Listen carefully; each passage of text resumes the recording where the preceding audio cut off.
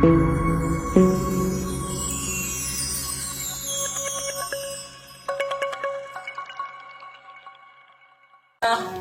empilweni la khona laba right but ikhanze basejele kwathiwa ba wrong.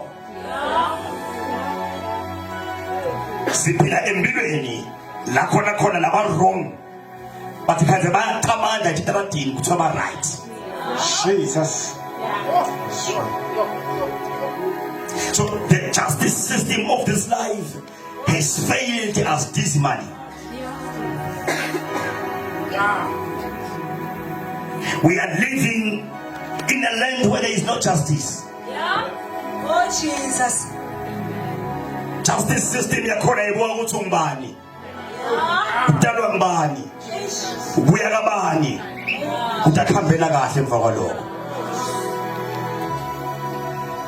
Ngebani namhla abantu esikhanze basipersecutor. Basihlukumeza, basakatha. Basibeka emabala ngoba sidalwa ngumfati lohluphekile. Ngoba sibuya emndenini lophuyile. Bavuka abalayisa bathi ngeke lapha kalasibanyoni kuphume kumshado.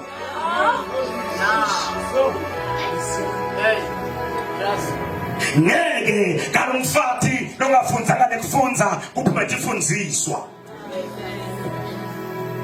Because bona banemali yekhamba bayenyembane bayofuna umuthi wena awunamali yekulungisa impilo yakho namhla nekhambi lakho ngiyakunika ngephandle kwemali ngiphethe ikhambi lamuhla la ukhona Jehova ikhona inkosi emakhosi yona lelwela abantu labangakhona ukuthi lwela. Hallelujah.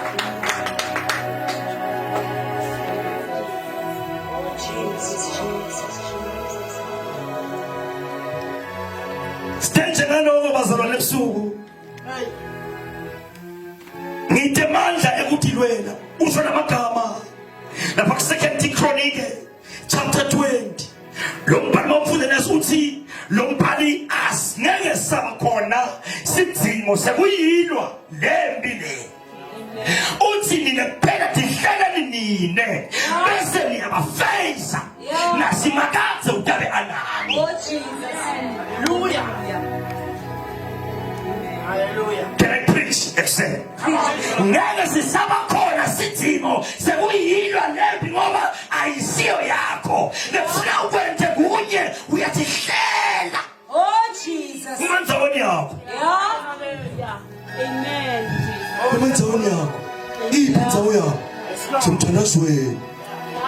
Simthandazweni. Yeah. Amen. Nindawo yami.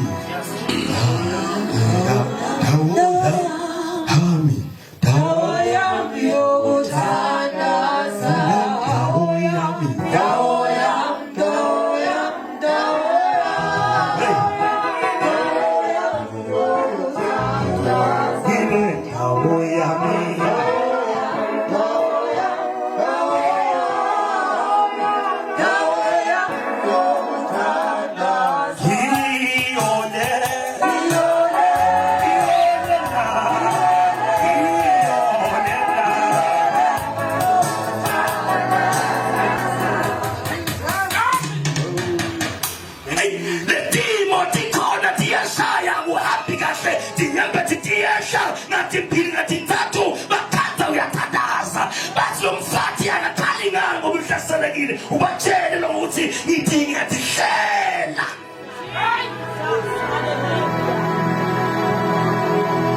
Ngoba kunenkinga lesinta kubazalwane neNkulunkulu. Uyafuna ukuphendula abantu, uyafuna ukubusisa abantu, uyafuna kube nabantu, manje abantu bashiye indzawo yabo. Kanjalo usihlele nini nje kuphela.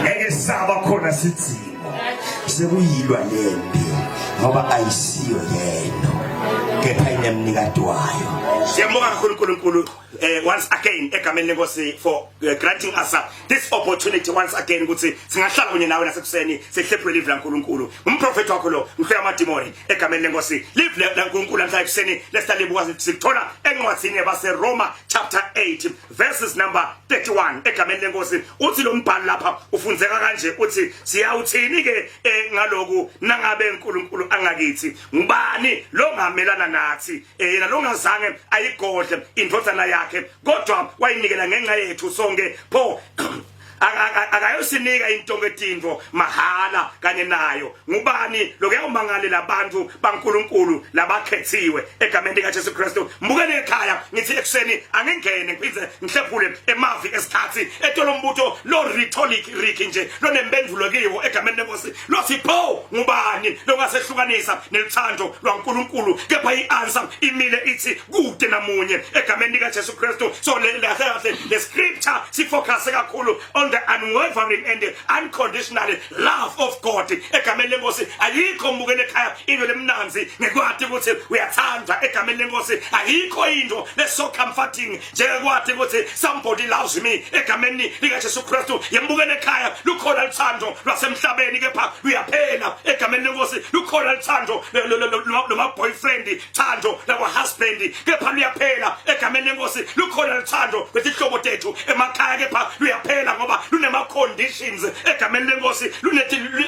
Lunetimo ukuthi namhla ngiyakuthanza ngoba ukuhambela kahle kusasa masekubhetha umuntu uyashintsha egameni lenkosi kepha ungasilapha we are focusing on the unwavering and the unconditional love of God that Christ has for us egameni likaJesu Kristu. Yebabukele emakhaya egameni likaJesu Kristu. Though there are hardships etimpilweni tethu, though there are mountains etimpilweni tethu, there are tribulations ngiyavuma, they are bent on the road egameni lenkosi. Lasho ukuthi ngabe siyema asiqhubeki nendlela kepha namuhla ngifuna ukuthi noma sekunjalo yathi into yinye ukuthi uyathandwa ngilonamandla onke egameni likaJesu Kristu. Uzombhala lapha pho ngubani egameni lenkosi. Mangathi pho ngubani uyasho ukuthi ngahle kube ngumuntu egameni likaJesu Kristu. Namhla kepha ngithi namhla kuseningithi kude namunye longasehlukanisa nelithando lwakhe. Lo mbhala lapha uyaqhubeka abale letinto Nkosi yami leti sivelelako etimpilweni tethu. Uyayibala inhlupheko, uyakubala kweswela, uyakubala kwefelwa, uyakubala kuhambalite, uyakubala kukhubula egameni lenkosi kepha lo mbhali uthi kuko konke lokho kude nakunye longasehlukanisa nelithando lwakhe. Yembukele ekhaya angisathi isimo sakho sinjani manje, angikwathi ukuthi uhamba etikwesimo lesinjani namhla kepha ngemagama lathi tonke letimo leto letsembi kwakho ngeke tikwehlukanise naye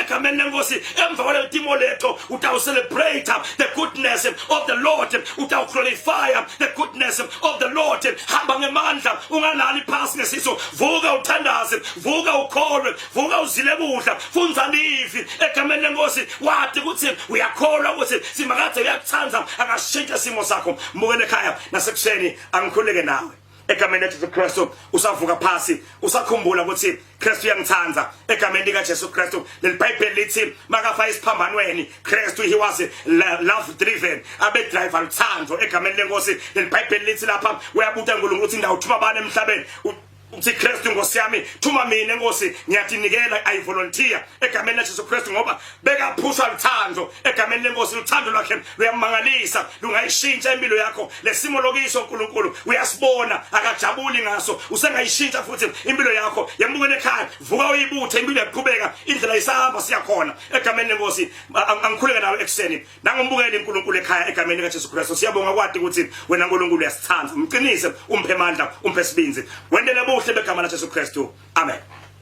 Mbukele ekhaya ngumprofeti wakho lo Mkhwela Madimoni egameni likaJesu Kristu waseNazaretha. Utawufuna kubona umprofeti for i-1-on-1 ukhona njalo nje ngalesithathu nangemgqibelo nga11 ekuseni ke till late egameni lenkosi. Utawufuna kukhona nathi khona esilapse siyakhona njalo ngama Sundays from 10:30 ekuseni till late egameni lenkosi. Kanike utawufuna kumbona umprofeti for i-1-on-1 after service. Uyabhuka prior uthi umprofeti ngicela ukubona after church. Utawukhala isikhathi akubone egameni likaJesu Kristu. Kanike utawufuna kumshayela umprofeti wakho uyamthola enombolo yakhe MTN lothi 7635 7474 kanti uyamthola Trust Mobile lothi 7949106. Mbukele ekhaya ungakhohlwa umprofeti wakho ukuthanza kakhulu egameni likaJesu Kristu. Mthike buseka uphakame ekumathini uNkulunkulu. I love you all in Jesus name. Amen.